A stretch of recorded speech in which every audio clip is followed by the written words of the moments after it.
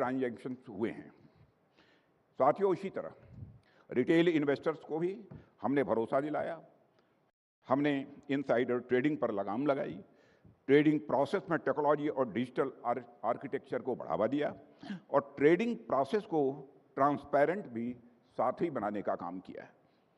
अब गांव और सुदूर क्षेत्रों में रहने वाले लोग भी एक मोबाइल लेकर सभी रिस्क को समझते हुए अपना पैसा मार्केट में लगाने को सदैव तैयार रहते हैं। इस तरह मार्केट में रिटेल इन्वेस्टर्स के भारी संख्या में आने से मार्केट की डेप्थ और डेप्थ के साथ साथ रेजिलियंस, यह दोनों बढ़ी है।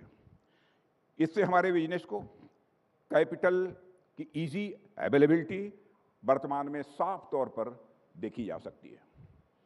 साथियों, इकॉनमी को सुदृढ़ करने में मार्केट एक्सेस की निश्चित ही बहुत ही महत्वपूर्ण भूमिका होती है और आप लोग अवगत होंगे कि हमारी इंडस्ट्रीज को अपने देश में मार्केट उपलब्ध कराना हमारी आत्मनिर्भरता के कमिटमेंट का यह एक हिस्सा है और हमने अपनी डोमेस्टिक इंडस्ट्री के लिए डोमेस्टिक मार्केट को अनफेयर फॉरेन कंपटीशन से प्रोटेक्ट करने का पूरा प्रयास किया है। साथ ही साथ हम अपने डोमेस्टिक बिजनेस को बाहर देशों में भी मार्केट एक्सेस दिलाने का भी भरपूर प्रयास कर रहे हैं ताकि वे बाहर भी मार्केट कैप्चर कर सकें। साथियों, हमारा देश का डिफेंस सेक्टर जो किसी समय अधिकांशतः इंपोर्ट पर निर्भर रहा करता था, अब अपने मजबूती के साथ अपने पैरों पर तेजी के साथ खड़ा हो रहा है।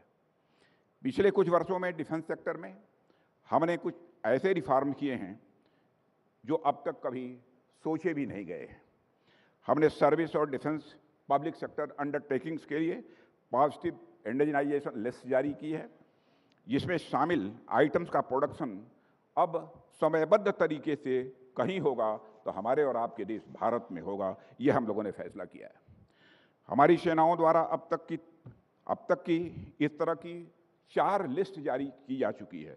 मोर देन 400 आइटम्स हम लोगों ने आइडेंटिफाई कर लिया है कि निर्धारित समय के बाद, यानी कुछ 1 वर्ष के बाद, कुछ 2 वर्ष के बाद, कुछ 3 वर्ष के बाद, यह सारे आइटम्स दुनिया के दूसरे देशों से यह इंपोर्ट नहीं किए जाएंगे, बल्कि बनेंगे तो हमारे देश में भारत में बनेंगे और भारतवासियों के हाथों से बनेंगे।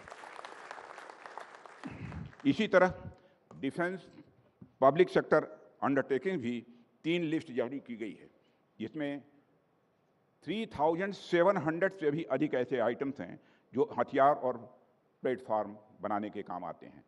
इनके भी इंडिजिनाइजेशन पर हमने बल दिया है।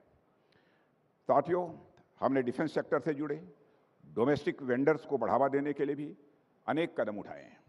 ऐसे ऐसे नियम बनाए हैं कि हमारी सेनाओं के लिए गोले बारूद अब स्वदेशी कंपनियों द्वारा ही खरीदे जाएंगे। इसके लिए डिफेंस कैपिटल एक्विजिशन का एक निश्चित हिस्सा हमने डोमेस्टिक इंडस्ट्री के लिए रिजर्व भी कर दिया है। फाइनेंशियल ईयर 2023-24 के लिए यह हिस्सा अब 75% कर दिया गया है, जो लगभग 1 लाख करोड़ रुपया बनता है।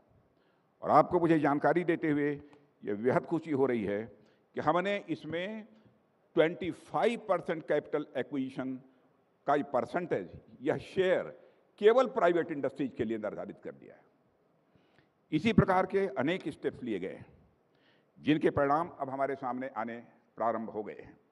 हमारे